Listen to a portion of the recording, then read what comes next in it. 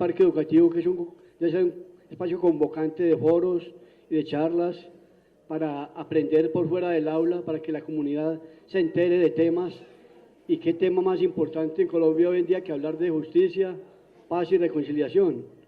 Temas que maneja con bastante propiedad el doctor Rodrigo Uprimni Yepes, nieto del doctor Jesús María Yepes, gran internacionalista granadino, y que hoy en el país es un referente intelectual en estos temas.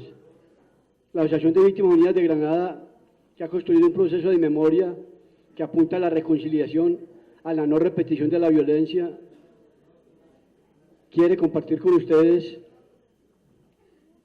una exposición del doctor Rodrigo Uprimni, mediada por las inquietudes y preguntas de ustedes, una charla muy informal, y agradecemos de antemano la presencia del doctor Rodrigo en nuestro espacio.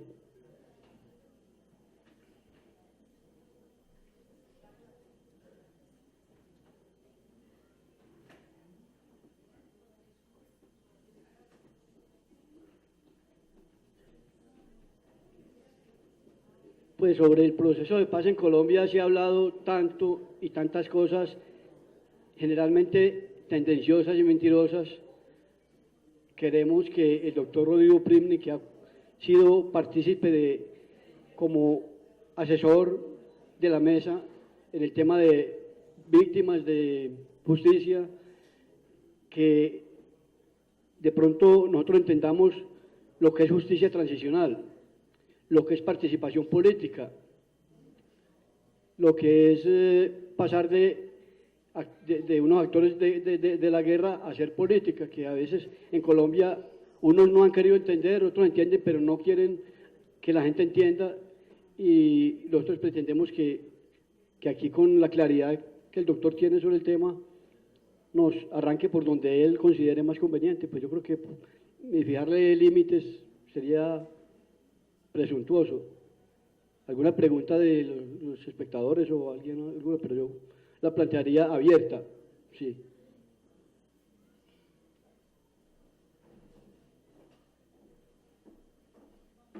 Bueno, buenas tardes a todas y a todos.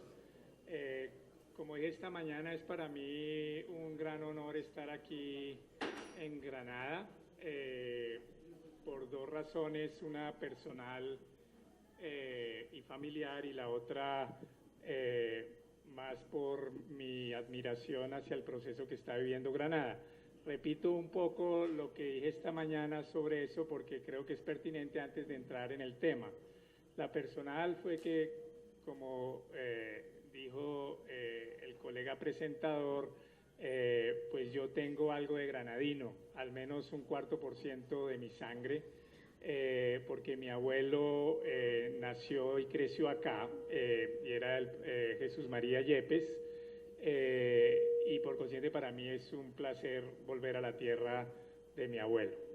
Y la segunda, porque yo creo que en el tema que vamos a charlar hoy, que es el tema de guerra, paz y construcción de paz, Granada puede marcar un ejemplo para el país.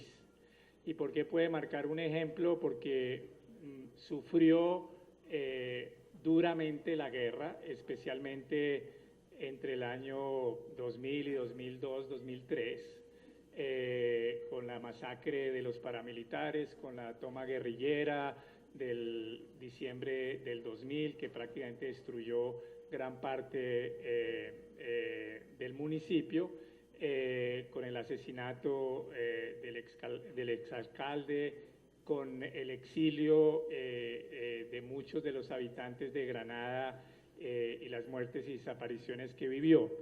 Pero lo que a mí me parece admirable de Granada y que yo creo que debería enmarcar estas reflexiones sobre guerra, paz en Colombia, es que Granada ha sabido salir poco a poco de esa terrible historia, combinando dos cosas que son muy difíciles de combinar, que es al mismo tiempo memoria, o sea, no está saliendo olvidando a las víctimas,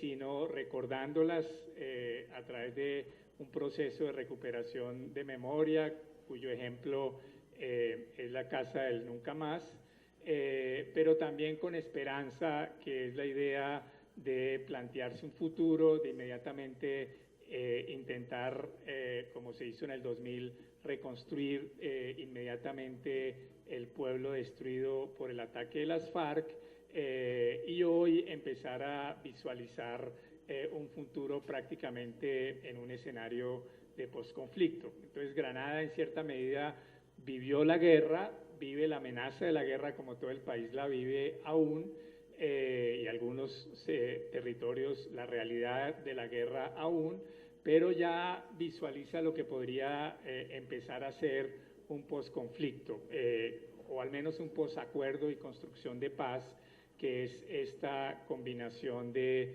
lograr memoria, lograr honrar a las víctimas, pero construir futuro y salir del conflicto armado. Creo que ese es el desafío que tiene el país, y en ese sentido Granada para mí marca un ejemplo. Por eso para mí es un honor estar aquí con ustedes. Yo lo que pienso es hacer una primera introducción muy breve de unos 15, 20 minutos máximo, y que ustedes puedan hacer las preguntas que les parezcan pertinentes, porque el tema del proceso de paz es un tema enorme, y entonces uno no sabe cuáles son los temas en donde ustedes pueden tener más inquietudes, y a mí lo que me interesaría es tratar de ayudarles en los temas en donde tengan inquietudes que yo pueda resolver. ¿Por qué digo que puede ser un tema enorme? Porque uno puede tomar cualquier punto de la agenda de negociaciones de La Habana y detallarlo, el tema rural, el tema de justicia transicional, el tema de participación política, etcétera. Uno puede hacer como una visión gruesa de las implicaciones que tiene el proceso de paz, o uno puede tratar de ver los desafíos que hoy tenemos, qué es lo que falta para que el acuerdo se concrete y empecemos a construir la paz. Entonces puede uno tomar cualquier tema y hacer algo muy detallado, pero realmente, como les digo, no sé exactamente cuáles son los puntos que ustedes les parecen más centrales. Por eso lo que yo pienso hacer es algo muy global, centrado en lo que yo más manejo, que es el tema de justicia transicional, refrendación y posible posconflicto, y luego que ustedes hagan las preguntas que les parezcan pertinentes. Y lo que quiero es plantearlo como una serie de tesis, como una serie de grandes puntos que me parecen importantes en este tema. Tesis sobre el conflicto armado, tesis sobre la paz negociada, tesis sobre las tensiones justicia y paz, tesis sobre la refrendación y tesis sobre el desafío de implementación. Entonces le voy a dedicar unos 15-20 minutos a eso y les propongo que abramos a preguntas y comentarios de parte de ustedes. Entonces, en cuanto a lo primero, tesis sobre, digamos, conflicto armado y negociación. Creo que no tiene mucho sentido hablarle a los granadinos de la importancia del salir del conflicto armado, porque ustedes lo vivieron de manera terriblemente intensa en ese periodo que ya analicé o que ya referí. Pero lo que sí creo que es importante es la tesis de por qué lo que estamos viviendo es una paz negociada y no un sometimiento de la guerrilla al Estado. Y creo que eso a algunos puede no gustarles o gustarles, pero es un hecho fáctico, y si uno no entiende ese hecho, creo que no va a entender nada del proceso de negociación que estamos viviendo. ¿Cuál es la idea fundamental? La idea fundamental es que, gústenos o no, las guerrillas no fueron derrotadas. Y si las guerrillas no fueron derrotadas, lo que se está haciendo ahora es una negociación con unas guerrillas no derrotadas, y por consiguiente es una negociación política de un conflicto armado. Esto algunos sectores no lo admiten, porque lo que consideran es que lo que debe haber es un sometimiento de la guerrilla al Estado, porque ésta habría sido derrotada. pero el marco de la negociación con las FARC y el que se va a plantear con el ELN no es ese, no es el marco que ha planteado el gobierno, y yo creo que el gobierno tiene razón. Las guerrillas no han sido derrotadas, fueron debilitadas y eso las llevó a las mesas de negociación, pero no fueron derrotadas, y por consiguiente se hace una negociación de algo que es un conflicto armado, y un conflicto armado tiene dos elementos, muchos, pero yo creo que tiene dos elementos fundamentales. Tiene unas causas, unas injusticias que pudieron crearlo, y tiene unas consecuencias, unas injusticias que crea el propio conflicto. Me explico, cuando hay un conflicto armado, hay algo que lo ocasionó y le dio dinamismo, y por consiguiente toca enfrentarlo, pero a su vez el conflicto armado produce consecuencias, produce víctimas, produce injusticias, y a su vez toca enfrentar eso. Y yo lo que creo que es la primera razón por la cual yo apoyo este proceso de paz, es que creo que al menos el de las FARC, el del ELN, aún no sabemos, porque no se ha hecho pública la agenda, cómo va a ser conducido, pero al menos el proceso con las FARC es un proceso bien enmarcado, porque trata de mirar las causas y dinámicas del conflicto y mirar sus consecuencias. Si uno mira el conflicto armado con las FARC, uno puede discutir muchas cosas y eso generará debates entre los historiadores durante muchos años, pero al menos uno diría que hay dos factores que podrían estar al origen del conflicto armado y un factor al origen de su dinamización. Los factores al origen del conflicto armado estaría el problema de las injusticias en el desarrollo rural y los problemas de exclusión en la participación política que ha vivido Colombia. Ambos una sociedad inequitativa y una sociedad excluyente políticamente, por más de que tenga elementos democráticos importantes. Y uno mira los dos puntos primeros de la Agenda de La Habana y buscan enfrentar eso, el tema del desarrollo rural, el tema del acceso a la tierra y de buscar una sociedad que sea más digna con la economía campesina, y segundo, el tema de abrir espacios de participación. Entonces uno dice, bueno, si el conflicto armado tenía esos orígenes, o entre esos dos orígenes, ahí estaríamos enfrentando esos factores que pudieron originar el conflicto armado. Y si el tercer factor es lo que lo dinamizó, que indudablemente un elemento fundamental fue el narcotráfico, también la Agenda de La Habana prevé el tema de enfrentar el tema de las drogas.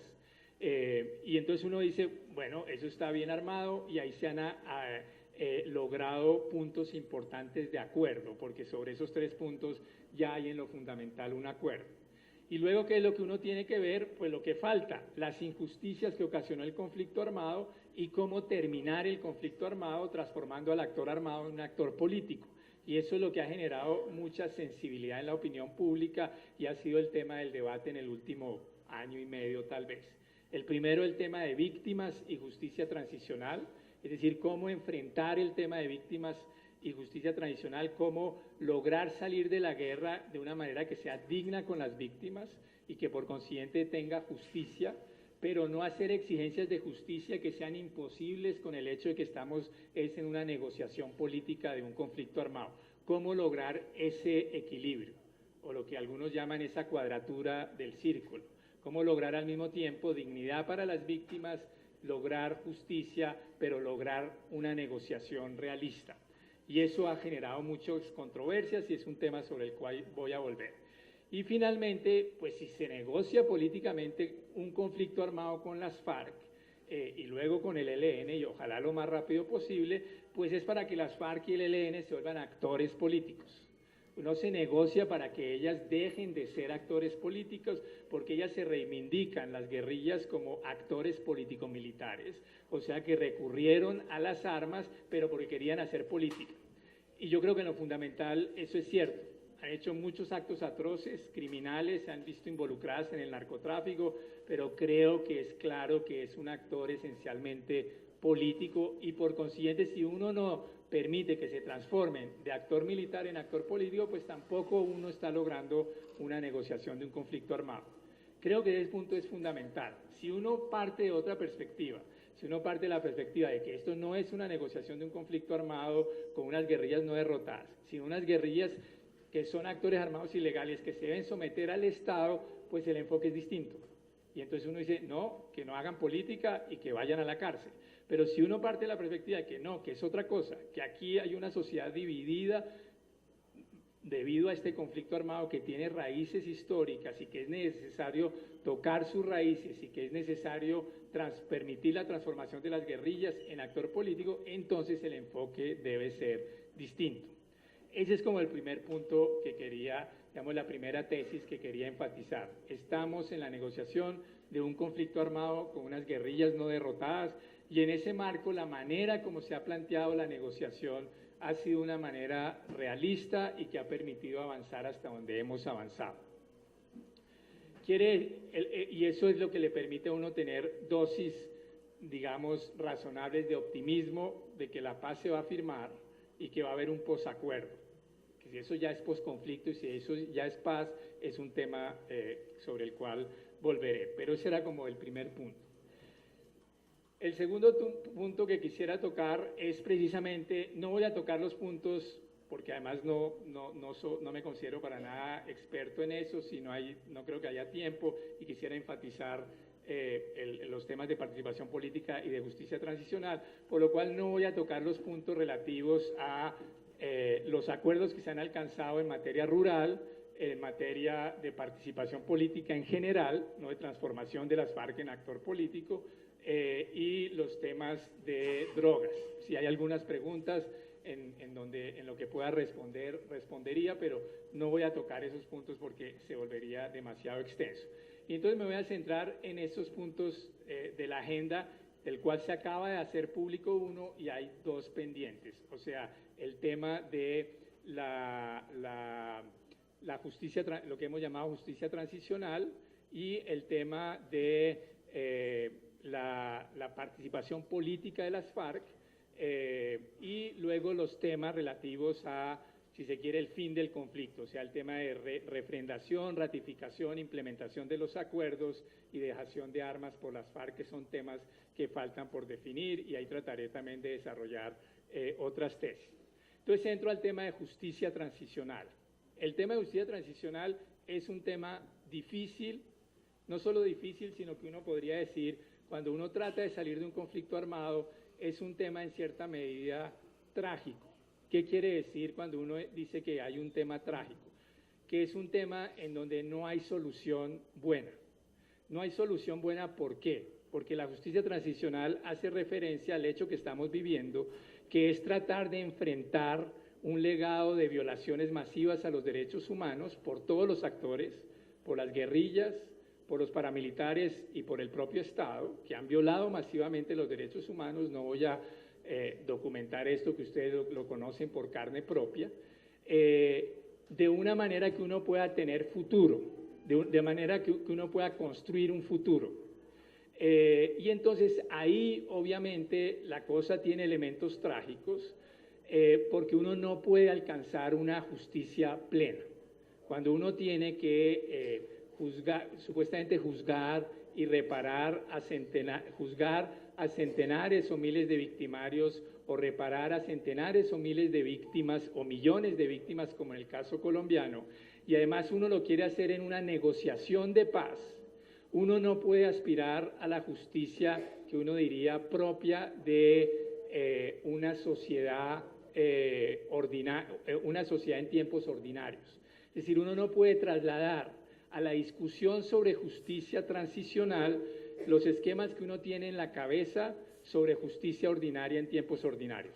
Me explico. Si en tiempos ordinarios, por ejemplo, en Suiza, un agente estatal tortura a un inmigrante, pues ahí no hay ninguna razón para que uno no diga: a este agente hay que sancionarlo con todo el peso de la ley, este caso tiene que ser esclarecido hasta las últimas circunstancias y la víctima tiene que ser reparada plena e integralmente. No hay razón para no hacer eso. Pero cuando uno no enfrenta eso, sino cuando uno enfrenta una guerra que sigue, un conflicto armado que ha disminuido gracias al cese al fuego, prácticamente, digamos, al cese al fuego de las FARC y a la disminución de las operaciones militares por el Estado, y la posibilidad de un cese al fuego bilateral, y entonces que ha disminuido el conflicto armado en Colombia, pero sigue, uno no puede aspirar a ese tipo de justicia plena. Y creo que esto es muy importante, porque quiere decir que los arreglos de justicia transicional a los que uno llegue no pueden ser juzgados con los estándares normativos, con los o si se quiere con las normas, con los principios con los cuales uno juzga si en un caso ordinario hay o no impunidad. Si uno traslada eso a los esquemas de justicia transicional, creo que está radicalmente equivocado, porque uno está en un momento extraordinario, en un momento en donde uno tiene que recurrir a instrumentos extraordinarios. Uno no puede juzgarlos a todos, entonces uno tiene que recurrir a unas formas de justicia distintas, como lo que se ha planteado sobre jurisdicción especial de paz en el acuerdo entre las FARC y el gobierno. Uno no puede aspirar a esclarecer todo lo que ocurrió por medios judiciales, es imposible e inconveniente. Entonces uno tiene que inventarse otro mecanismo para establecer la verdad, porque las víctimas y la sociedad tienen derecho a la verdad. Entonces uno se inventa cosas como comisiones de la verdad. Uno no puede reparar a las víctimas una por una con criterios de reparación judicial, como se haría en el caso de Suiza de este torturado. No, entonces uno tiene que hacer otras estrategias de reparación, como programas masivos de reparación, como formas de reparación colectiva, como las que están en la ley de víctimas y las que se han planteado en el Acuerdo de La Habana. Y todo eso pensado en una perspectiva, sobre todo, de que eso no vuelva nunca a ocurrir. Lo que dice la casa de ustedes, que haya un nunca más, la idea del nunca más, las garantías de no repetición. Y entonces uno debe juzgar el arreglo de justicia transicional con esos criterios, no con los criterios de justicia ordinaria, porque si uno los juzga con los criterios de justicia ordinaria, entonces es que uno no entendió que está en una situación extraordinaria, tratando de enfrentar un legado masivo de violaciones de derechos humanos en un proceso de negociación con una guerrilla no derrotada. Y esa es la segunda tesis que quería decir. La justicia transicional no puede ser juzgada con los criterios ordinarios de justicia ordinaria. Y por eso porque entonces uno puede hacer ataques muy fáciles a cualquier arreglo de justicia transicional. Entonces uno puede decir, pero ¿cómo es posible que si hay una riña entre un hincha de Medellín y un hincha de Nacional y yo no sé cuál termina hiriendo a cuál? Eso, según el equipo que a ustedes les gusten, ustedes asignan las responsabilidades. Y esa persona le clavan 10 años de cárcel porque mató al otro. ¿Cómo es que alguien que cometió sistemáticamente secuestros y asesinatos termina con una pena no privativa de la libertad? Eso es injusto, eso es impunidad. Claro, si uno quiere juzgarlo con los criterios de justicia ordinaria, uno llega a esa conclusión, pero es que no estamos en una situación de un arreglo de justicia ordinaria, estamos tratando de cerrar un conflicto logrando el máximo de justicia posible para las víctimas. Y ahí cualquier fórmula es mala. Lo que uno debe tratar es de encontrar la fórmula de mayor justicia y más razonable, pero sabiendo que cualquiera podrá ser criticable. No hay fórmula perfecta de justicia transicional. Por eso el relator de Naciones Unidas sobre justicia transicional, que es un colombiano, que es Pablo de Greve, que es uno de los conocedores, a mi juicio, mejores del mundo en este tema, tiene una frase que yo no me canso de repetir, pero porque creo que es muy bien lograda. Él dice, la justicia transicional es justicia imperfecta para tiempos radicalmente imperfectos. ¿Por qué para tiempos radicalmente imperfectos? Porque es que hemos tenido todos estos crímenes. ¿Y por qué justicia imperfecta? Porque ahí siempre alguien va a quedar un poco insatisfecho. Yo quería más justicia y no la logré. Yo quería más verdad y no se logró. O yo no quería tanta justicia porque eso dificultó la paz y dificulta la reconciliación. Y ahí todo el mundo podrá tener opiniones un poco discrepantes. En esas condiciones, entonces uno debe tener unos estándares más flexibles de justicia y juzgar el arreglo de justicia transicional alcanzado con esos estándares más flexibles de justicia. Y con eso llego a mi tercera tesis. Con esos estándares más flexibles de justicia, ¿qué puede uno decir de lo que se ha alcanzado en La Habana, que fue anunciado en términos de el acuerdo sobre justicia entre las FARC y víctimas entre las FARC y el gobierno?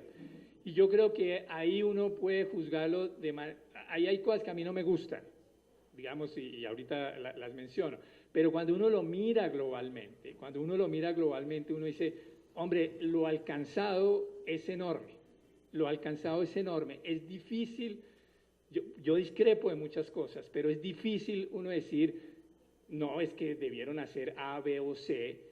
Cuando uno mira globalmente, uno dice, mire, eso que se alcanzó, yo lo dije en algún programa de televisión, y lo reitero, es único en el mundo.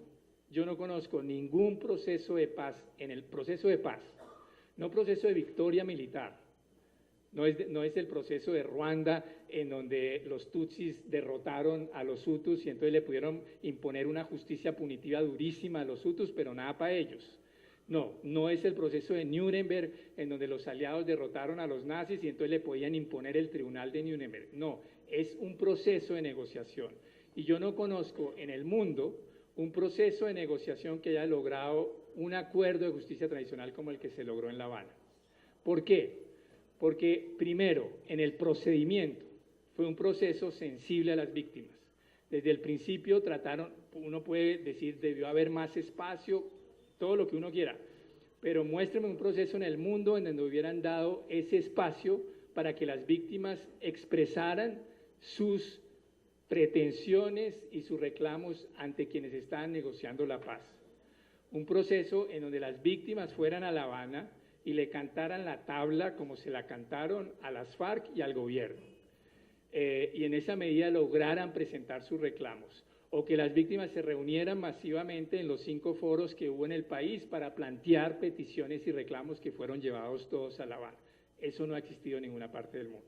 Entonces, lo primero que uno ve es en el procedimiento fue sensible hacia las víctimas, pero también en el resultado. Cuando uno mira el arreglo, los arreglos ordinarios en casi todos los países del mundo y tradicionales antes en Colombia era, no, de víctimas no hablamos, paz, perdón y olvido, porque es que si las víctimas se nos meten al proceso de paz, no lo dañan, porque entonces nos van a pedir justicia y nosotros lo que necesitamos es amnistía, perdón y olvido.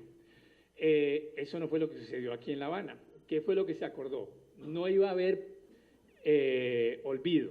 ¿Por qué no va a haber olvido? Porque lo primero que se pactó fue una comisión de la verdad. Uno puede discutir si le gusta más esto u otro, pero es una comisión de la verdad robusta, es una comisión de la verdad que si se implementa y funciona bien, permitirá esclarecer muchas de las cosas que no se ha esclarecido, sistematizar las que ya se han esclarecido y sobre todo lograr que haya no solo conocimiento de las atrocidades, sino reconocimiento de las responsabilidades. Entonces creo que eso está muy bien, o bastante bien. Lo segundo, se acordaron programas de reparación. Ya Colombia tiene programas de reparación. La unidad de víctimas ha hecho cosas muy significativas al respecto. Pero obviamente la existencia misma del conflicto armado dificulta la reparación en Colombia. Porque genera incoherencias entre, por ejemplo, las políticas de orden público y de conflicto armado y las políticas de reparación. En muchos lugares no se ha podido hacer restitución de tierras porque el Ministerio de Defensa dice que no hay las condiciones y entonces no se focaliza el territorio para que haya restitución de tierras, etcétera. El fin del cese, digamos, el acuerdo permitiría dar condiciones para robustecer estos programas de reparación y eso se acordó en La Habana.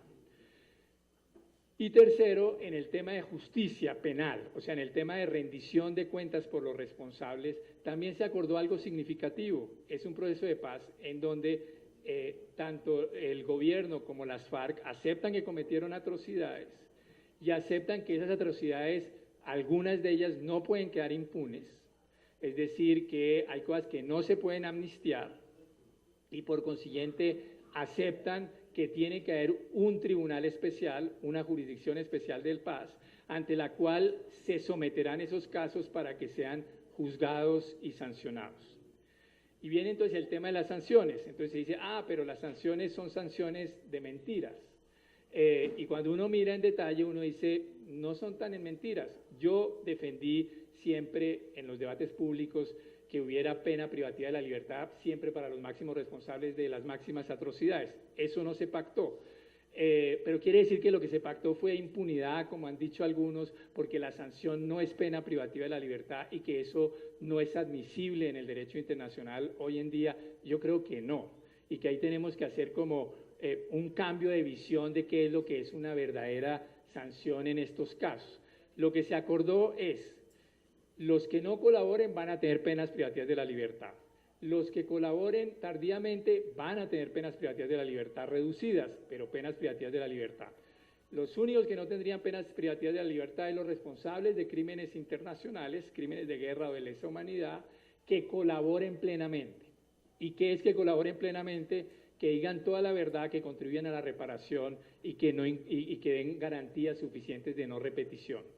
Y ya esto lo que hay es penas alternativas de tipo de lo que se ha llamado justicia restaurativa. ¿Qué es una pena de justicia restaurativa?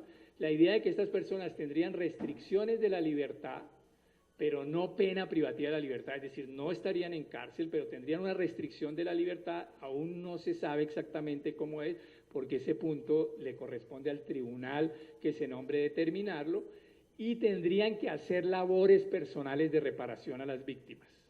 Y eso es significativo si se hace bien, porque quiere decir que, por ejemplo, guerrilleros tendrían que tener restricciones efectivas de la libertad para hacer labores de desminado. Y eso no es cualquier tarea, como para uno decir, es que los condenaron fue a estar en una finca tomando el sol al aire libre. No es cierto. ¿Cómo se concreta eso? Tendremos que verlo, pero es un modelo posible. No fue el modelo que yo defendí en los debates sobre justicia transicional, pero que no sea el modelo que a mí me gusta quiere decir que es un modelo de impunidad o que es imposible en el derecho internacional. No lo creo. Creo que es un modelo posible, fue el modelo que se acordó, fue el modelo que se negoció, a uno puede gustarle o no un poquito más de lo otro, pero esa es la justicia imperfecta posible que nos permite la paz. Y si buscamos una justicia demasiado perfecta, lo que vamos a encontrarnos es que la guerra sigue y la impunidad sigue. No es que la negociación o el debate hoy es entre justicia tradicional imperfecta con paz o paz con justicia plena. No, o guerra con justicia plena. No, porque lo que más ha generado impunidad en el país es el conflicto armado en sí mismo, que genera crímenes atroces y dificultades de investigación. Entonces el dilema es entre justicia imperfecta, que uno puede discutir y tratar de mejorar, claro que sí, pero con posibilidades de paz, o conflicto armado con los niveles de impunidad que hoy tenemos. Creo que ese es el dilema que vamos a vivir en el debate sobre refrendación. Y con esto entro al último punto, para permitir sus preguntas. Gracias. El último punto es qué es lo que falta y qué es lo que viene. ¿Cuáles son los desafíos? ¿Qué no se ha acordado? ¿Y qué es lo que viene? ¿Qué es lo que no se ha acordado todavía? Lo que no se ha acordado todavía y que no se sabe bien, hay fórmulas, es uno, el debate de la refrendación e implementación de los acuerdos, y dos, cómo va a ser la dejación de armas y la transformación de las guerrillas en actores políticos. Un último punto antes de justicia tradicional. Entonces algunos dicen, no, y lo peor es que se va a permitir que responsables de crímenes atroces, como jefes guerrilleros, participen en política. Pero uno dice, ¿pero el proceso de paz no consistía en que se volvieran un actor político? Sabemos que cometieron atrocidades. Puede que no nos gusten, puede incluso que yo nunca haya estado de acuerdo en que su levantamiento de armas tuvo alguna justificación, pero reconocemos que eso es un conflicto armado que requiere ser solucionado y para eso este actor armado se debe volver actor político. Entonces sería ridículo decirle, pero usted no puede, pero sus líderes no pueden participar en política. Digamos, ahí hay un contrasentido. Si fuera un sometimiento de las FARC a la justicia, porque las derrotamos militarmente, y consideramos que no había conflicto armado, sino un alzamiento terrorista que fue derrotado militarmente, pues la negociación era otra, pero eso no es lo que como se está negociando y yo creo que con razones. Entonces entro a estos últimos puntos. ¿Cuáles son los desafíos que faltan?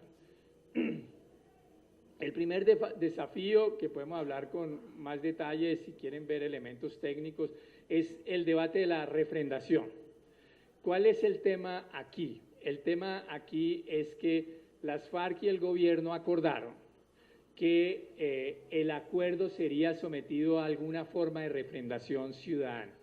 ¿Qué quiere decir? Algunos han criticado eso, diciendo que el propio gobierno y las FARC se clavaron el cuchillo ellas mismas, porque la refrendación en Colombia es difícil, porque hay mucha gente que odia a las FARC y hay mucha gente, sectores enemigas de la negociación, lo cual es cierto, las dos cosas. La refrendación es difícil y ese es el debate que viene ahora. Pero yo creo que el gobierno tuvo razón, y las FARC, en acordar que se pactara la necesidad de que el acuerdo fuera ratificado. ¿Por qué? Porque eso es lo que permite que ustedes como ciudadanos y yo como ciudadano tengamos la última palabra sobre el proceso de negociación. Y eso es útil porque permite que las negociaciones sean más privadas, porque al fin y al cabo, al final, va a haber una ratificación ciudadana luego de un debate público. Y segundo, eso obliga a las partes a buscar acuerdos más razonables, porque si las partes saben que tienen que someter el acuerdo a ratificación ciudadana, saben que tienen que llegar a un acuerdo que la ciudadanía acepte. Entonces, por eso yo creo que el hecho de que se hubiera acordado la posibilidad de una ratificación o refrendación ciudadana fue algo positivo y ese es el punto en que estamos ahora.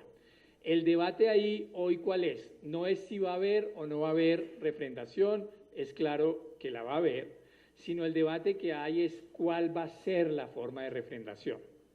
Y ahí el gobierno propuso, y se está tramitando en el Congreso, una fórmula que tiene sus complejidades técnicas, si quieren después de preguntas me detengo en eso, que es lo que ha llamado el plebiscito para la paz. O sea, someter todo el acuerdo a una fórmula de plebiscito y si se supera un cierto umbral de votos favorables y los votos favorables ganan, se entendería ratificado el acuerdo y eso obligaría a implementar. Mientras que las FARC no ha aceptado toda esa fórmula, no le gusta aparentemente y eso está en discusión. Las FARC han planteado siempre que la refrendación debería hacerse es por una asamblea constituyente y ese es un debate que está por definirse. Y lo segundo es la implementación de los acuerdos, porque una cosa es ratificar el acuerdo, decir estamos de acuerdo con el acuerdo, y otra es poner en marcha las políticas y las medidas jurídicas y constitucionales, legales y administrativas para implementar el acuerdo, para que el acuerdo se materialice en la práctica y empecemos a construir la paz. Y ahí tampoco hay claridad. Ese es un punto que falta por definir. Ese punto también las FARC plantea que debe ser una asamblea constituyente y el gobierno ha planteado este mecanismo de lo que llaman la Comisión Especial Legislativa, que es un mecanismo particular para aprobar las reformas constitucionales, legales y administrativas que deriven del acuerdo. Eso también tiene sus complejidades constitucionales y técnicas y no tengo problema en referirme a ellas, pero dependerá de que ustedes tengan interés en avanzar en ese punto. Y ese es un segundo punto sobre el cual no hay aún acuerdo y que es lo que se está negociando hoy en La Habana en este periodo. Y el último tema es cómo va a ser en concreto la transformación de las FARC en actor político, lo cual mete en el debate de lo que se ha llamado la dejación de armas, que es también un debate que tiene sus complejidades. ¿Por qué? Porque algunos que son críticos del proceso de paz, yo creo que a veces son incluso enemigos del proceso de paz, lo que han planteado es que no debe haber dejación de armas, sino entrega de armas al Estado, lo cual introduciría un elemento más de ruido en el proceso de paz, porque las FARC han insistido mucho en que ellas no han sido derrotadas, y si no han sido derrotadas, ¿por qué le van a entregar las armas al Estado? Y por eso hablan de dejación de armas y no de entrega de armas. ¿Qué quiere decir dejación de armas? Eso hay que definirlo, y yo creo que el consenso que se ha llegado es que hay algunas formas de dejación de armas que serían totalmente inaceptables y hay otras formas de dejación de armas que serían aceptables. ¿Cuál es una forma de dejación de armas inaceptable? Que las FARC dijeran, pues yo dejo el arma aquí al lado y listo, y cuando la quiera volver a coger es mi problema. Obviamente eso no sería un proceso de paz y yo creo que eso es inaceptable. Pero si hay una forma de dejación de armas como la que hubo en Irlanda del Norte o la que hizo el M-19, porque hablar de dejación de armas no es nada nuevo, el M-19 no entregó las armas, el M-19 hizo dejación de armas, las dejó en una mesa y esa mesa las destruyeron. ¿Y por qué eso es tan importante para un guerrillero? Porque hay un tema de dignidad militar. Si yo no fui derrotado, ¿por qué me obligan a que me entregue? No, yo tengo que hacer algo que tenga un simbolismo distinto. Y por eso, entonces, puede uno hacer dejación de armas como la que se hizo con el M-19 o la que se hizo en Irlanda del Norte, que son procesos que garanticen que las armas quedan inutilizadas de manera verificable, pero que no hay la ceremonia y el ritual en donde la guerrilla le entrega las armas al Estado. Y entonces, ese creo que es admisible.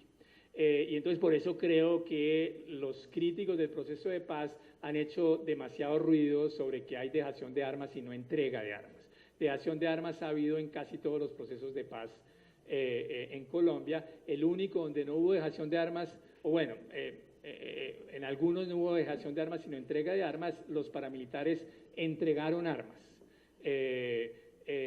Algunos dicen irónicamente que no las entregaron sino las devolvieron, porque el ejército se las había dado y lo que hicieron fue devolvérselas. Pero bueno, uno puede debatir, digamos, la pertinencia de esa anotación.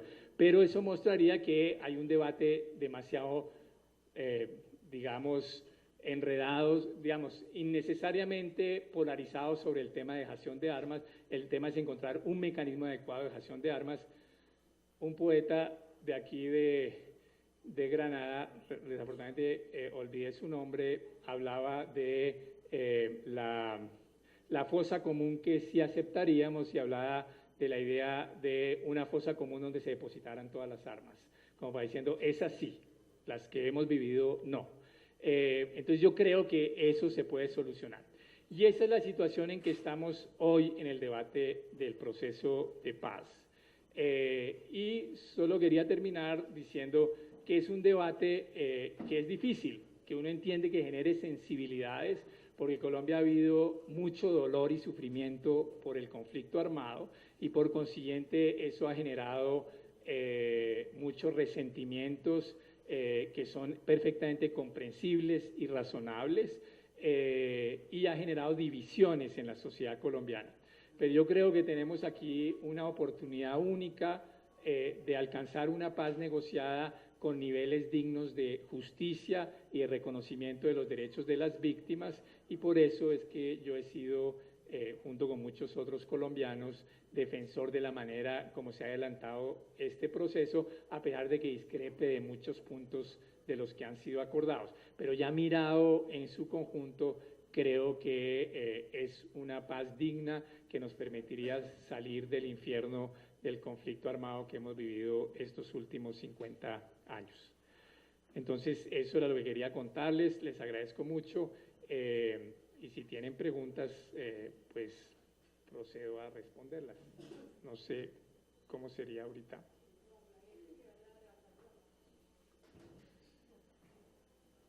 Sí. Es que no, el moderador se me escapó. ¿O tú?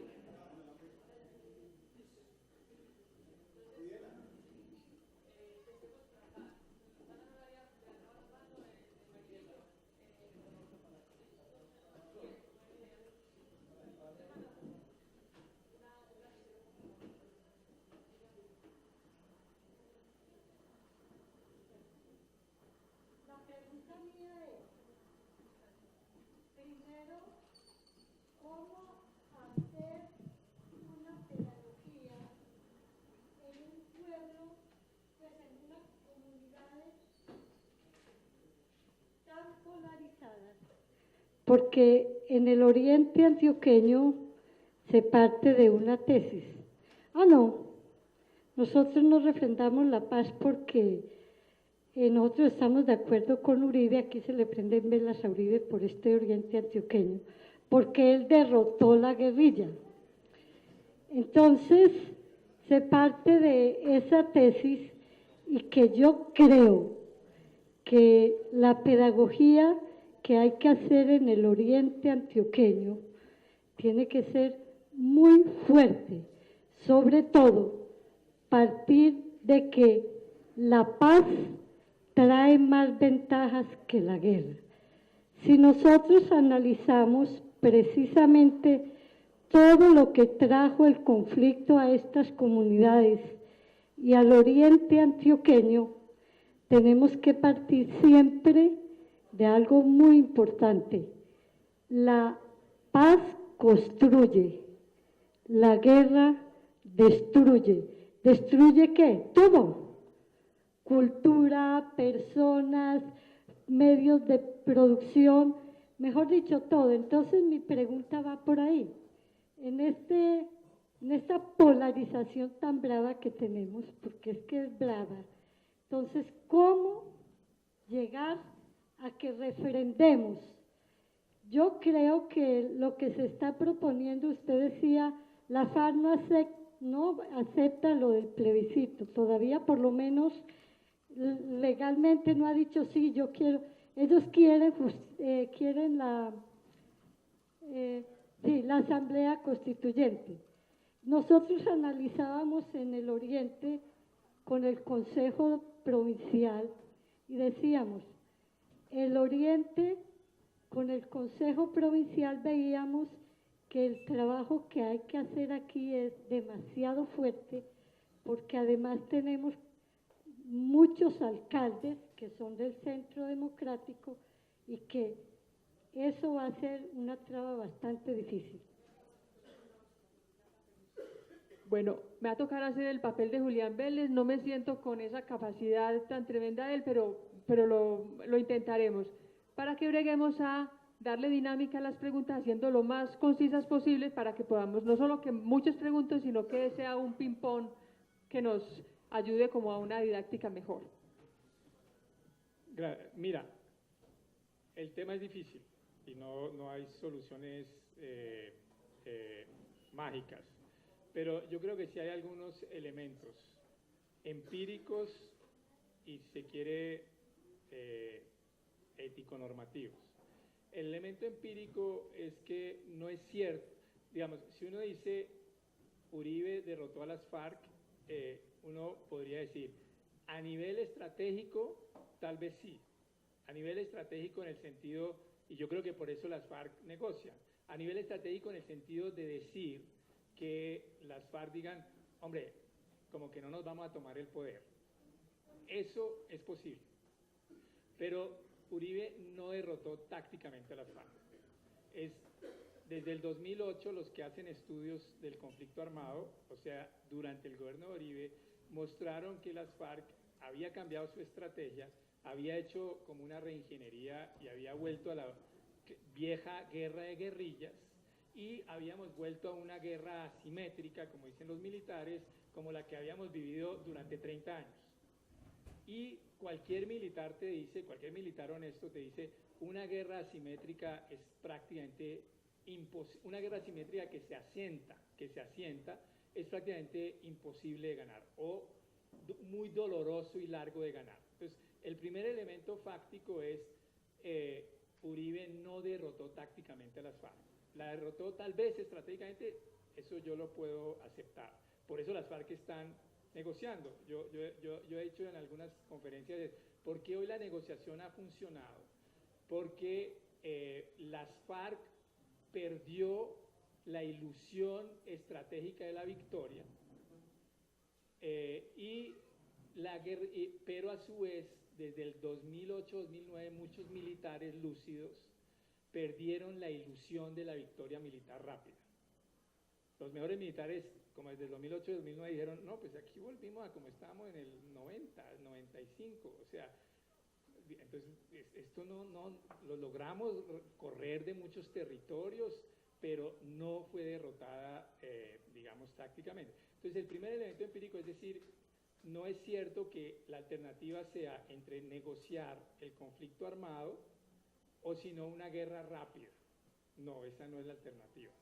La alternativa es o negociar el conflicto armado o volver a nuestra guerra degradada y larga que hemos vivido. Y entonces yo creo que es un primer elemento. El segundo elemento es más ético-político, que es, bueno, y si uno tiene la posibilidad de una paz negociada, ¿por qué no? ¿Por qué no lograr esa paz negociada cuando sabemos que la alternativa es una guerra degradada y larga y tenemos una paz posible, una paz negociada posible? Que no es la mejor paz, es que ninguna paz es perfecta, paz perfecta no hay, pero es una paz razonable, digna y posible. Y entonces el segundo elemento es defender la razonabilidad de los acuerdos. Cuando uno mira los acuerdos con las FARC, son acuerdos súper razonables. Ahora, digamos, en los enemigos más críticos del proceso dicen, no, pero es que el gobierno le dio todo a las FARC. No es verdad. Uno mira, se sentaron a negociar y las FARC ya aceptó que se iba a desmovilizar. Antes, cuando se sentaba a negociar era, y ahí negociaremos si yo me desmovilizo. No, esta negociación partió del punto de que va a haber desmovilización y dejación de armas. Segundo, no se negoció el modelo económico. O sea, para una guerrilla marxista revolucionaria decir negocio para que siga habiendo propiedad privada y después dicen, no, las FARC no han hecho concesiones. Pues más concesión que esa para una guerrilla marxista, pues es difícil. Tercero, cuando uno mira los acuerdos concretos en lo rural, son acuerdos súper razonables que cualquier Estado democrático hubiera debido hacer en beneficio de su campesinado, que si en Colombia no se habían hecho era porque el conflicto armado endurecía mucho ese tema. Pero yo no encuentro, claro, uno puede discutir y debatir este punto u otro, pero yo no encuentro en los temas de participación política, en los temas de modelo rural y en los temas de drogas, cosas que uno diga, no, es que esto es inaceptable. Entonces, por eso los críticos se han centrado en el tema que aparentemente les da más dignidad, que es en el tema de justicia. Como decir, es que esto es una paz con impunidad y esto es inaceptable. Y entonces ahí, y también han dicho, y ahí el gobierno no las FARC no se dio en nada. También es mentira. Porque cuando uno mira las posiciones iniciales de las FARC cuando se iniciaron las negociaciones y lo que salió en el acuerdo de justicia, el cambio es enorme. Las FARC inició diciendo, cuando les preguntaron, ¿y ustedes de las víctimas qué? Y dijeron, no, si las víctimas somos nosotras. Y nosotros lo que hacemos es ejercer el derecho de rebelión. Y si uno ejerce un derecho, pues uno, ¿por qué va a responder por ejercer un derecho? Ese fue el discurso inicial de las FARC. ¿Y cuál es el discurso final? Que aceptan que hay crímenes que no se deben amnistiar, que esos crímenes se deben someter a un tribunal, que debe dar esclarecimiento, que ellas deben reparar y que además, si son sancionadas, reciben una pena. Entonces uno dice, no, pues usted lo que pasa es que se inventa cada vez un elemento más para ponerle problemas a la posibilidad de una paz negociada. Que uno haya querido algo un poquito mejor en ciertos puntos, obvio, la paz es siempre imperfecta. Entonces, a eso yo, digamos, el debate que haría es un debate que se centre en que no hubo derrota militar plena de las guerrillas, que no es cierto, que la alternativa no es entre una paz imperfecta con riesgos frente a una victoria militar rápida, sino frente a una guerra degradada y que el acuerdo es bastante razonable. Último punto, que ese no le gusta para nada a la derecha, pero que entonces con ese no vas a convencer al centro democrático, pero que yo creo que es un punto ético-político muy importante. La paz que surge de una victoria militar es consagrar la impunidad de los crímenes del Estado. O sea, cuando hay una paz en donde una parte gana, nada de lo que esa parte hizo se juzga. Y el Estado colombiano ha cometido crímenes inaceptables. Y por consiguiente, la posibilidad de una paz negociada también va a permitir que esos crímenes se esclarezcan y reciban alguna sanción. Pero obviamente reconozco que el debate es extremadamente difícil. Bueno, entonces en el orden tenemos a Jesús María Gómez, al compañero del Marinillo y Lorenzo. Y ya les digo quiénes sí. Buenas tardes para todos los que nos acompañan en este salón del Nunca Más. Y de pronto, contestándole a la hermana ya es monja, pues, ¿cómo construir la pedagogía? El primer ejemplo de la pedagogía para la paz es este salón. Es un ejemplo pedagógico de reconciliación. Esto es lo que tenemos que mostrar a nuestras generaciones venideras, de caer en la guerra. Y mire todo lo que le costó a Granada el desarrollo, todo el tejido social por eso estamos en la que estamos. Y yo hablaba con el doctor Yepes Suprimi, donde en su columna le rinde un homenaje a los desaparecidos, en este caso a María Fabiola Lalinde, donde su hijo es desaparecido por esta guerra fratricida entre los colombianos. ¿Sí? Entonces quiero partir del primer referente conceptual que plantea el doctor Yepes, que es: la guerrilla acepta una negociación política, indudablemente no ha sido derrotada. El Estado también, desde luego, abre una brecha para la salida política. Entonces, a partir de los dos actores, donde el gobierno le da status quo a la subversión, a partir de ahí parte la negociación política. Anteriormente, en los gobiernos anteriores, que ya es pasar la página de la historia, se decía que aquí no había ningún conflicto interno. Eso eran mentiras, en primer lugar. Segundo lugar, tenemos que entender que esta guerra fratricida parta con un ejemplo que hablaba el escritor León Valencia. Es cuando una vaca se va a un pantanero. La vaca, entre más briega por salir, más se hunde. Resulta de que Santos busca una salida. La salida es política, como dijo el doctor Yepes. Guste o no nos guste, tenemos que tragarnos muchos sapos. Y el país me parece que ha dado muestra de madurez política. Mira la intolerancia de la página de la historia de Uribe y el mismo procurador, que le ha puesto prácticamente palos a la rueda. Yo quisiera terminar mi intervención preguntándole al doctor Yepes Suprimi sobre qué tan fuerte está la comunidad internacional para respaldar el proceso de paz. Si hay una mayoría internacional fuerte, porque eso es lo que ha permitido que el gobierno abra una negociación política. Gracias. Ese punto es muy importante y tiene complejidades. Yo creo que hay una coyuntura política en general favorable. ¿En qué sentido? Internacional. Nacional es más difícil porque la sociedad colombiana está dividida sobre el tema de paz y las élites están divididas sobre el tema de paz. Pero a nivel internacional yo no conozco ningún actor voluntariamente interesado en que la guerra en Colombia siga. En el pasado hubo, pero hoy no. En el escenario latinoamericano, todos los países vecinos, el tema de la guerra en Colombia es un lío para todos los países y quieren que si se logra una solución negociada es algo bueno para todos los países. No hay ningún país, digamos, que tenga un interés estratégico en que en Colombia siga la guerra. Entonces eso es un gran factor. De los vecinos cercanos poderosos, que es Estados Unidos, pues por ahora, digamos, el gobierno de Estados Unidos es favorable al proceso de paz y ese es un factor decisivo. En la comunidad internacional a nivel, por ejemplo, de Naciones Unidas, Colombia es de las pocas buenas noticias de los últimos años.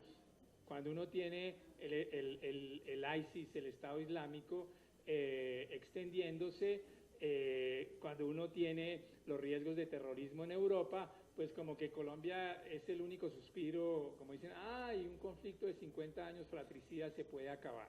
Entonces no creo que haya nadie interesado en fregar. ¿Dónde hay debilidades o discusiones?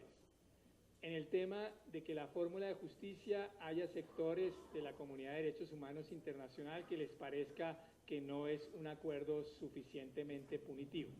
Y ya ha habido, digamos, algunas reacciones como la de Human Rights Watch, que digo que era una piñata de impunidad, punto que yo no comparto. Comparto algunas de las preocupaciones que dice Human Rights Watch, pero no su conclusión. Entonces ahí va a haber una tensión, va a haber un debate sobre si la fórmula de justicia transicional es o no admisible de acuerdo a los estándares internacionales de lucha contra la impunidad.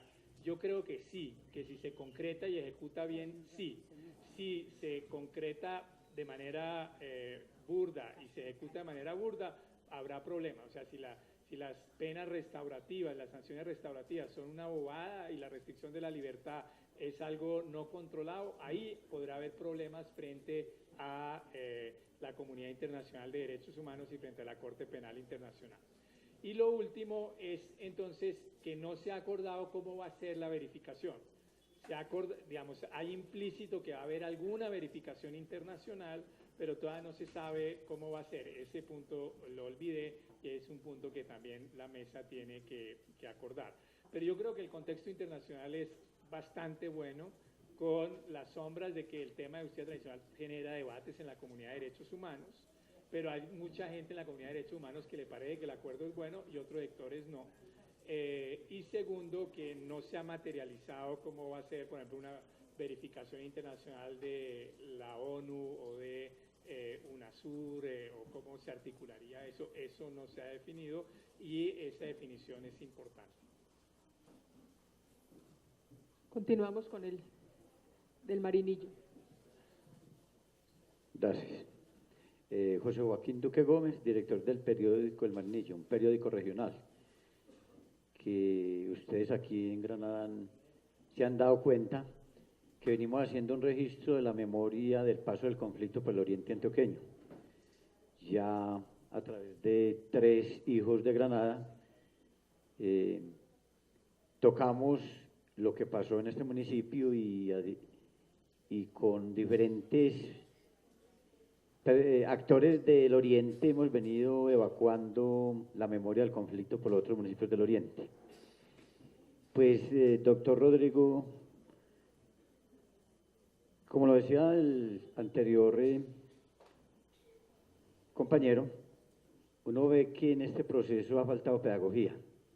Usted es uno de los que a través de su columna El Espectador nos ha explicado muy bien lo de la justicia transicional.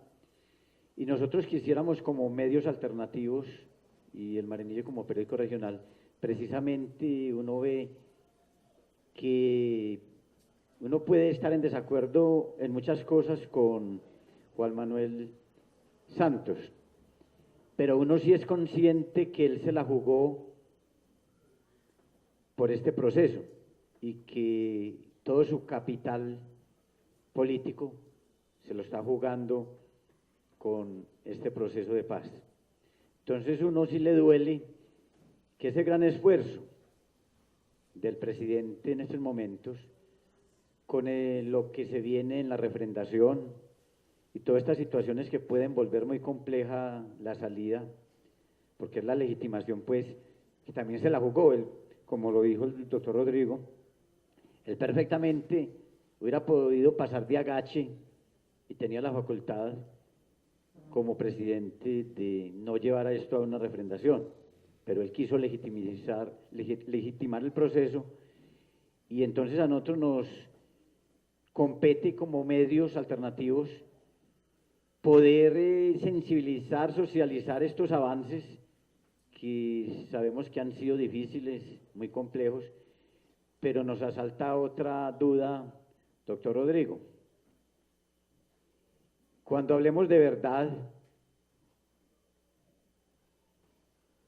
se complejiza más la cosa, porque no solamente es la subversión, fueron los empresarios, fue la élite política, fueron todos los que propiciaron o escalaron el conflicto en todos estos 50 o 60 años que lleva Colombia.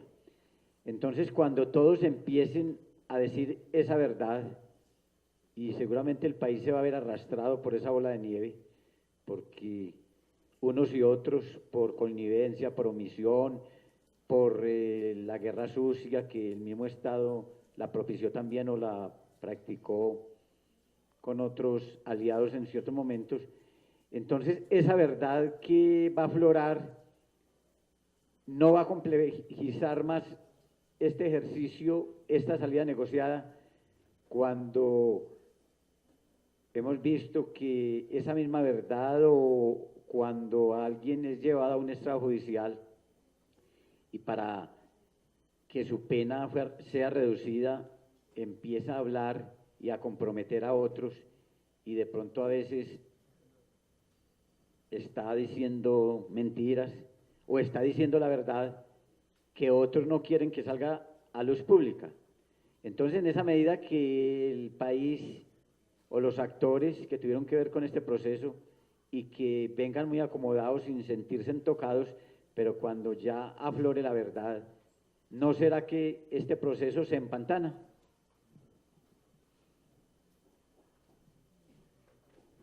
Es una pregunta también muy difícil. digamos, y hago una respuesta un poquito teórica, histórica, y luego en el caso colombiano. La pregunta que tú haces es la razón, es una de las razones por las cuales en el pasado mucha gente recomendaba optar por fórmulas de perdón y olvido, que era, si queremos salir de un periodo de atrocidades, la única forma es olvidar, porque en la medida en que tratemos de esclarecer, van a reabrirse heridas, van a surgir retaliaciones y la cosa va a ser muy complicada. Eso fue tan fuerte en el pasado, incluso en el pasado remoto, que en el 1580 y pico, cuando iban a salir en Francia, cuando Francia vivió sus terribles guerras de religión, en donde protestantes y católicos se mataron inmisericordiamente, entonces llegó un rey que logró ponerle fin a esas guerras de religión, que fue Enrique IV, en la medida en que, siendo de origen protestante, se convirtió al catolicismo, pero le otorgó a su vez tolerancia a los protestantes en un edicto muy famoso que se llama el Edicto de Nantes, de la ciudad de Nantes. Lo que era interesante es que en ese edicto, precisamente por ese temor a que resurgieran las atrocidades, no solo Enrique IV no ordenaba que hubiera esclarecimiento, sino prohibía el esclarecimiento. Decía, será sancionado ante los tribunales a cualquier persona que haga referencia a los hechos, no lo llamaban de las guerras de religión, a los hechos vividos en las décadas anteriores, un poco con esa idea de que es la única forma de salir, y por eso durante mucho tiempo se defendieron con tanta fuerza las fórmulas de amnistía, entendiendo amnistía no solo como perdón judicial, sino como olvido. Lo que pasa es que eso tiene unos costos horrendos en términos de los derechos de las víctimas, porque implica irrespetar a las víctimas en la medida en que se las somete al olvido, y segundo, eso hoy ya no es posible. O sea, incluso si uno lo quisiera, hoy simplemente yo no lo quiero, porque creo que las víctimas tienen derecho a saber, sino que hoy no es posible, porque una fórmula hoy que recurriera a fórmulas de olvido sería imposible. Yo tengo claro que tú no estás defendiendo eso, sino es simplemente para contextualizar el tema. Y finalmente se han encontrado a su vez, no solo digamos que eso ya no es posible éticamente ni prácticamente, sino que también se han defendido ciertas virtudes a los procesos de recuperación de memoria en términos de garantías de no repetición. O sea que una de las formas de lograr de evitar que las atrocidades se repitan es haciendo memoria, esclareciendo, porque permite establecer responsabilidades y permite comprender los mecanismos de terror que han ocurrido y por consiguiente desarticularlos. Entonces, por eso todo estamos en el proceso, en un proceso de maximización de la verdad y la memoria. Que eso puede generar problemas ulteriores en el sentido, primero, de que sectores poderosos que se sentían inmunes e impunes puedan entonces empezar a reaccionar. Sí, eso puede ocurrir. Que eso puede generar ciertas acusaciones injustificadas de personas que por obtener beneficios penales hagan, en ese caso, acusaciones injustas, también puede ocurrir. Ahí por eso es importante las salvaguardas que se establezcan en la concreción de los mecanismos de justicia transicional. Y ahí se tienen que establecer salvaguardas. Por ejemplo, si se admite, porque ese punto es uno de los puntos en que yo discrepo, pareciera que la Comisión de la Verdad no va a poder revelar nombres. Según el punto tiene sus confusiones, yo sería favorable a que la Comisión de la Verdad pudiera revelar nombres. Pero si uno admite que una Comisión de la Verdad pueda revelar nombres, tendría que establecer unos mínimos de debido proceso para que se pueda revelar el nombre de alguien como eventual victimario. Que la persona pueda acudir a la Comisión de la Verdad, pueda dar su versión y pueda controvertir. Si no, ahí sí podría haber el riesgo que tú dices. Y lo segundo es, en la Jurisdicción Especial de Paz, sí se plantea claramente, digamos, el respeto al debido proceso. Entonces, Sí podrá alguien tratar de obtener beneficios y revelar nombres, pero no quiere decir que porque alguien simplemente reveló un nombre, eso ya quiere decir que la persona del nombre revelado es culpable, porque para eso están los jueces, para que valoren y vean qué credibilidad merecen testimonios. Ahora, que puedan ocurrir atropellos, sin lugar a dudas, pueden ocurrir, pero la otra alternativa es o optar por una fórmula de olvido, que yo creo que es inaceptable, o por olvidar las condicionalidades para los beneficios punitivos, que creo que también es inaceptable. O sea, la fórmula, usted obtiene el beneficio punitivo, pero no tiene que contribuir a la verdad. Yo creo que después del proceso de Sudáfrica queda claro que la única forma de obtener beneficios punitivos es con contribuciones a la verdad. Y por eso creo que, a pesar de que tiene riesgos, esa fórmula que se adoptó es la apropiada, y habrá que definir si la Comisión de la Verdad puede mencionar nombres, las reglas de debido proceso para evitar atropellos, y obviamente en la concreción de las reglas de la Jurisdicción Especial de Paz, cómo garantizar el debido proceso de las personas que sean mencionadas en procesos penales. Y eso es posible. ¿Tiene riesgos? Sí, pero es posible. Tenemos 5 personas más que se inscribieron. Yo repito la sugerencia de que, pues muy respetuosa, de que seamos muy concretos para que avancemos, porque si no se nos va a salir del tiempo que tenemos previsto. Entonces, continuamos con Lorenzo Echeverri.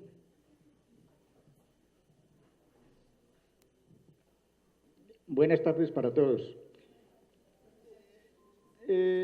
Doctor Rodrigo, en su columna de el domingo 27 de septiembre de este año en El Espectador, usted la tituló Justicia imperfecta, paz posible.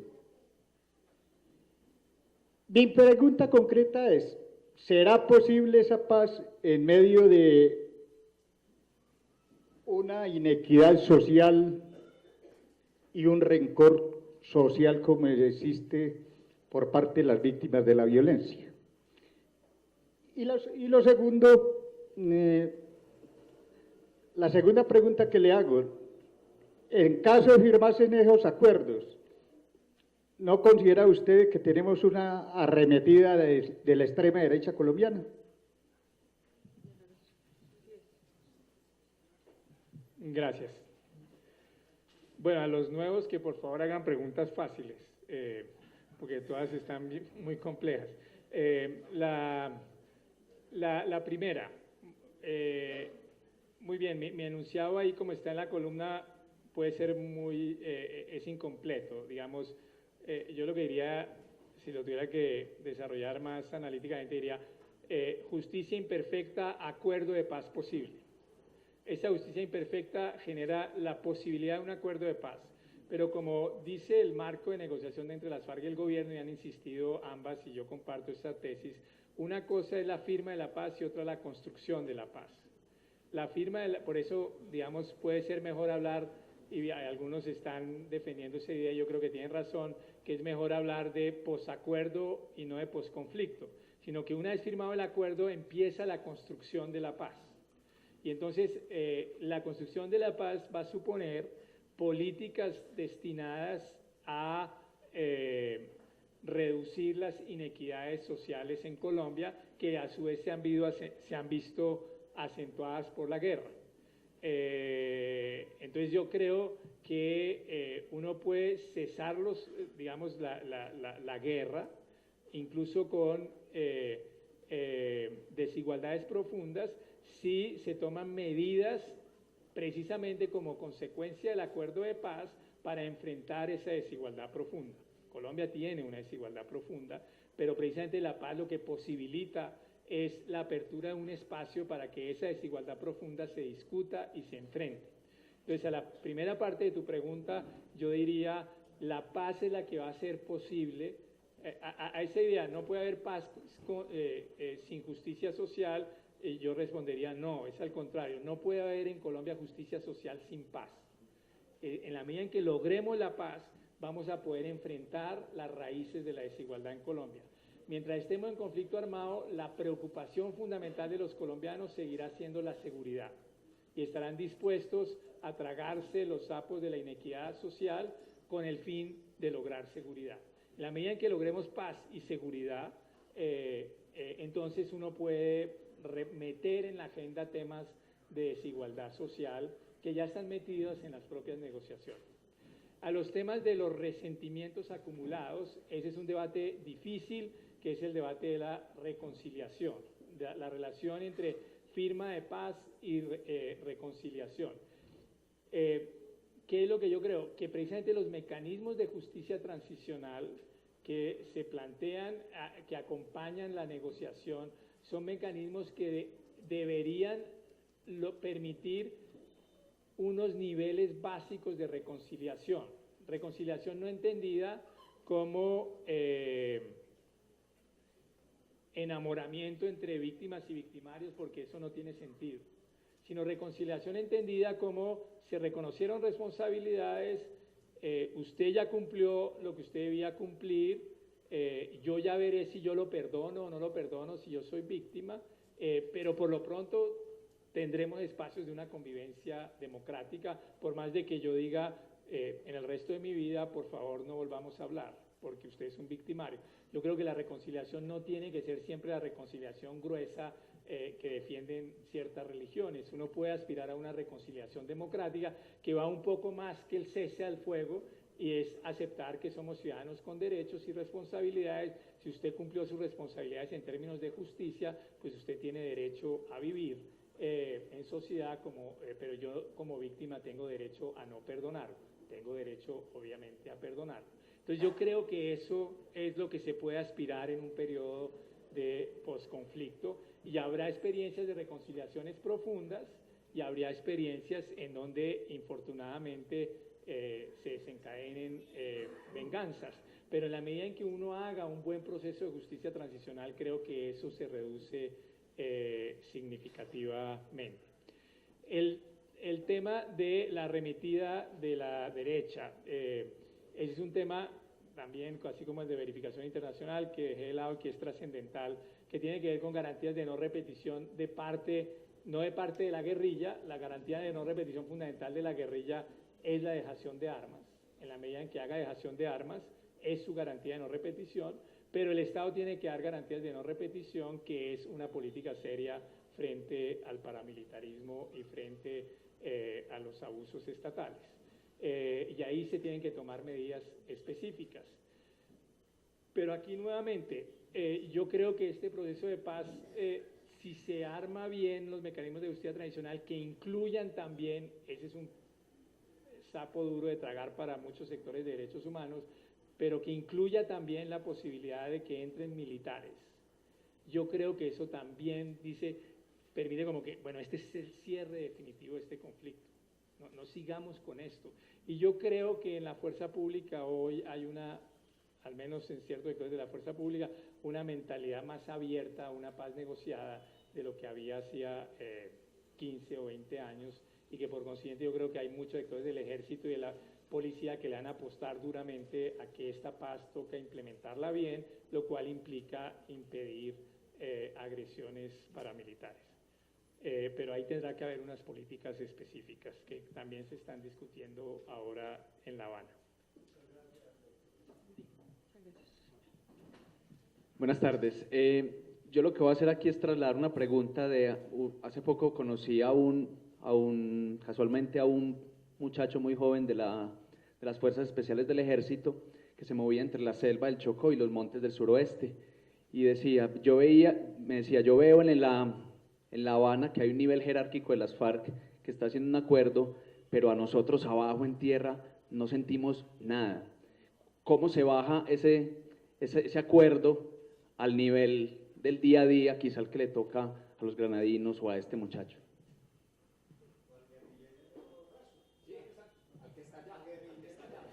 Bueno, yo pedí preguntas fáciles y nada alguien que me pregunte, por ejemplo, la hora, ¿qué horas son? Y yo, 3:45.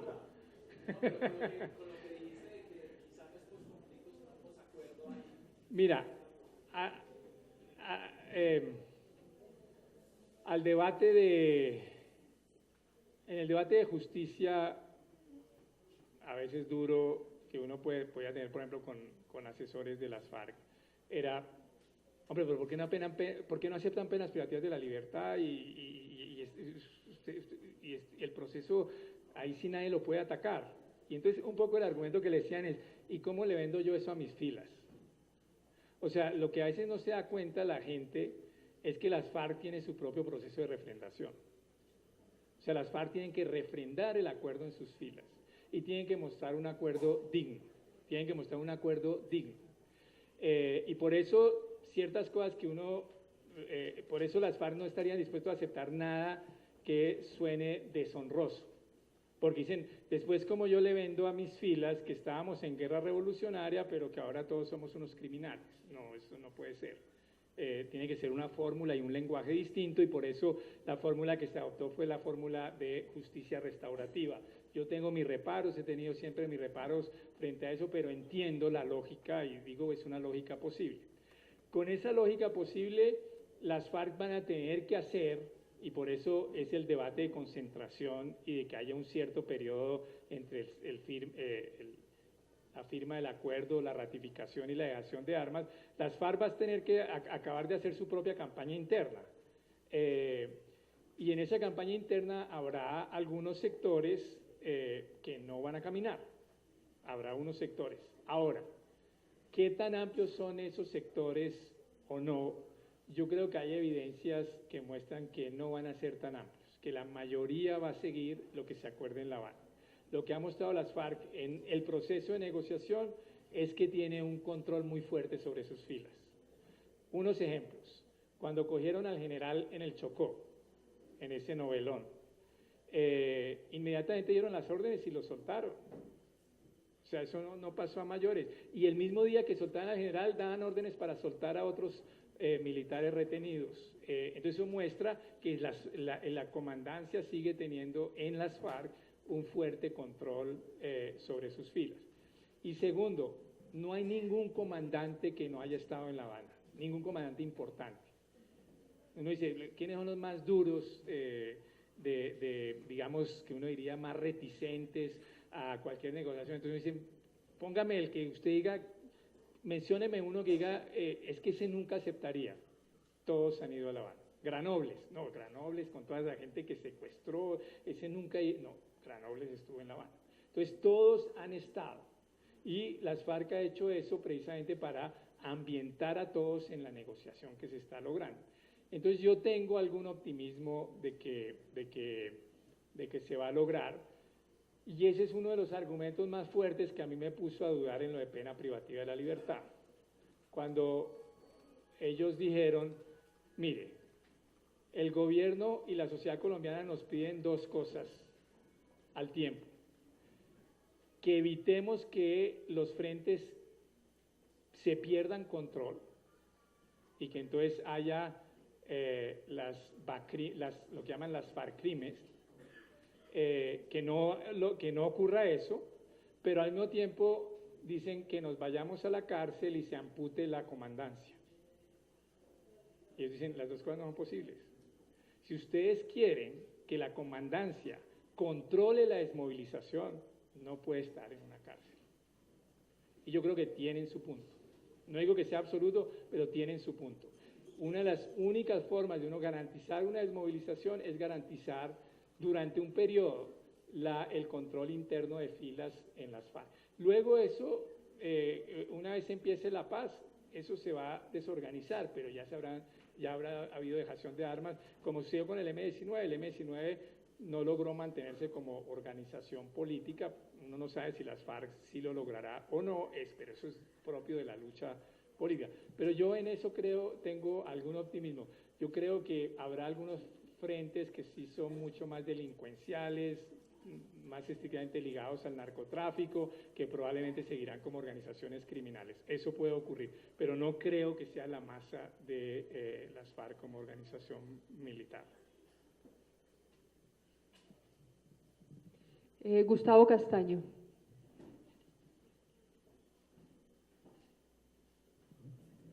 Está así, es más fácil. Usted ha ambientado en la tarde dos términos que en el ejercicio de la pedagogía post-Habana se habla siempre de posconflicto. Hay un antes y un después. Allá no está el ELN negociando, allá no están las BACRIN, allá no están los urabeños, ¿sí? Entonces, ¿por qué va a haber un posconflicto? ¿Por qué no un posacuerdo? Y en el ejercicio de esos términos se hace una buena pedagogía para la comunidad toda. No, ahí estoy cada vez más de acuerdo con esa tesis. 2 puntos ahí. Estoy cada vez más de acuerdo en que será mejor empezar a hablar de posacuerdo y que es una mejor forma de pronto de enfrentar el tema. Pero 2 puntos. Yo creo que es trascendental que el proceso de paz con el ELN ya no se sincronizó totalmente con el de las FARC, pero que se sincronice lo más rápido posible. Porque si no, los riesgos de lograr una paz con las FARC y que no salgamos del conflicto armado político son grandes. Y eso sería una tragedia. Entonces es muy importante que eso se dinamice. Yo no conozco mucho de cómo va ese proceso fuera de lo que sale en los periódicos, pero eso es trascendental.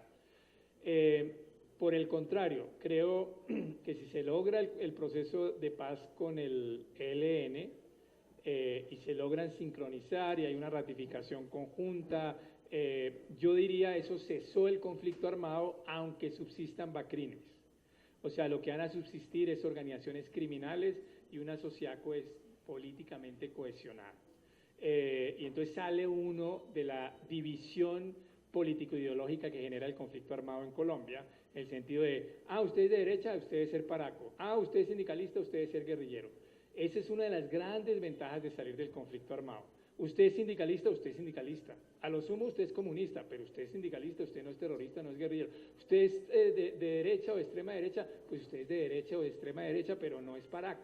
Eso permitiría sacarnos de esa polarización político-ideológica, incluso si subsisten en los territorios organizaciones criminales que habrá que enfrentar de otras maneras y que es necesario tomar en cuenta en cualquier proceso de dejación de armas y desmovilización, porque gústenos o no, en ciertos territorios la dejación de armas por las FARC va a hacer que cierto control delincuencial que ejercía las FARC no sea ejercido y puede, digamos, crecer ciertos fenómenos delincuenciales, y eso tiene que tener un enfrentamiento apropiado de parte del Estado y de parte del proceso.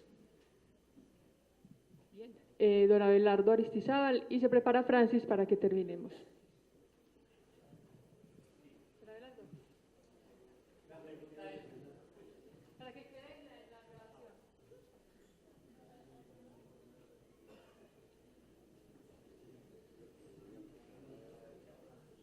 Buenas tardes. Cada vez que uno escucha, pues, suscitan nuevas inquietudes, pero primera una era si de pronto el referendo fuera no. Primera. Y segunda, cómo evitar que, sabemos que el posconflicto, dicen muchos, es más arduo, más complejo que el mismo conflicto. Claro, por ejemplo, El Salvador, donde hoy nos decían por la mañana ya 20 años y demás. Entonces, ¿cómo evitar que de pronto estos grupos, digamos, degeneren, por ejemplo, en las BACRIN y demás, en la cuestión delincuencial? Bueno, la primera no quiero contemplarla. En esa es como, no sé, si uno va a un partido de fútbol, uno no va diciendo, ¿y qué tal que pierda? No, yo he sostenido siempre, o la paz la ganamos políticamente o se perdió. O se perdió, eso no va a haber ninguna magia jurídica, no hay segundo tiempo. Entonces, lo que viene ahorita es la lucha política por la paz. Y esa lucha política, yo creo que digamos, esto va a sonar muy esquemático, pero yo creo que la sociedad colombiana está en este tema dividida no en 2, sino en 3 tercios. Hay un tercio, o más o menos un tercio, de quienes estamos a favor de la paz y estamos dispuestos a aceptar muchas imperfecciones del acuerdo porque estamos a favor de una paz negociada. Hay un tercio, puede ser menor, yo espero que sea menor, y así como espero que el primer tercio se acerque más como a a una mayoría, pero hay otro sector, pero que es importante, que está en contra de la negociación, incluso con el acuerdo de paz perfecto. O sea, que uno les dijera, no, es que ahora se van 30 años a la cárcel. Ah, no importa, porque en qué condiciones se van a ir. Seguro les dan una cárcel fácil. No, y que los líderes no van a hacer participación política. Sí, pero seguro la hacen con un intermedio de otra persona. O sea, cualquier fórmula les va a parecer mal. No, y de todos modos eso es el castrochavismo. Entonces, con esos yo creo muy difícil movilizarlos. Hay que contar porque hay que contar es con sus argumentos. Pero en la mitad está el debate. Hay un sector amplio que en principio está a favor de la paz, pero que las FARC la odian y tienen ciertas reticencias, algunas razonables. Entonces, ese es el debate que hay que ganar. El debate de los próximos meses es pasar de 33 más o menos a 65-70 contra 25-30. Ese es el debate que hay que ganar. Si ese lo perdemos, es una tragedia y yo creo que es una hipótesis por ahora a no contemplar. Para mí, a no contemplar, esto tiene que ganarse. La segunda, yo no sé si el posacuerdo sea más duro que la negociación, tiene otras complejidades, porque es que con esto a mí me gusta como sentir que hemos avanzado, porque cuando se llegó a la negociación de justicia, todo el mundo empezó a decir, no, es que ahora sí viene lo difícil, como diciendo, no, la negociación sobre lo rural, sobre la participación política y sobre drogas fue mamey. No, esas eran durísimas. Antes se decía, no, con las FARC no se puede nunca lograr un acuerdo porque nunca van a aceptar la propiedad privada. Bueno, en la negociación rural la aceptaron. Y entonces empezaron a decir, no, eso es mamey, eso es fácil, espere la de justicia. Llegó la de justicia y salió, no, espere la de dejación de armas. Entonces siempre la ponen a uno, no, es que ahora sí viene lo difícil. No, vienen otras complejidades. Y las otras complejidades es que tendremos que tener una estrategia fuerte de seguridad posacuerdo. Sería un error creer, yo sí creo que hay que reformar la fuerza pública. De pronto no hay que, durante un buen tiempo de pronto no disminuirá mucho el gasto en seguridad, pero reformulado.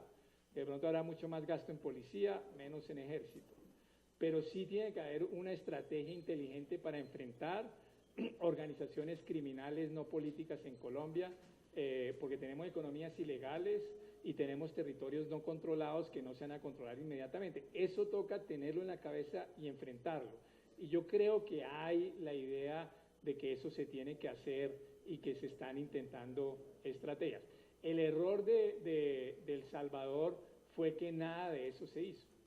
En El Salvador simplemente se desmovilizaron y no hubo ninguna estrategia y entonces creció unas formas de criminalidad y violencia sin que se tuviera una capacidad judicial y policial para enfrentarlo y eso se les creció.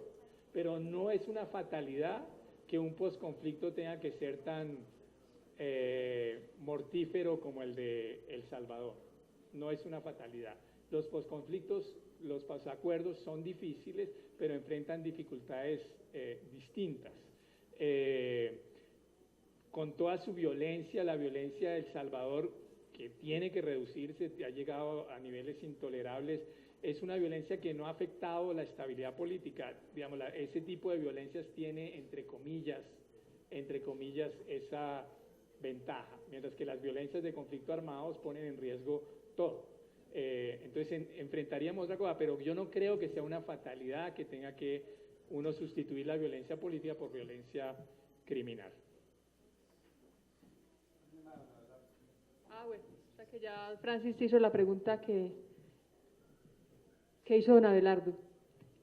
Entonces, pues damos por terminado esta parte de la jornada tan fructífera. Qué bueno que esto quedó grabado porque esto va a haber que mirarlo, revisarlo y socializarlo mucho más desde las instituciones educativas y con la comunidad, porque realmente ha sido una claridad frente a temas que seguro nos van a dar luces para lo que viene en este momento coyuntural por el que pasa nuestro país. Entonces, pues, el agradecimiento muy grande nuevamente. Ahora vamos a continuar con vamos a hacer un recorrido, vamos a ir a la biblioteca Jesús María Yepes y luego al Salón del Nunca Más.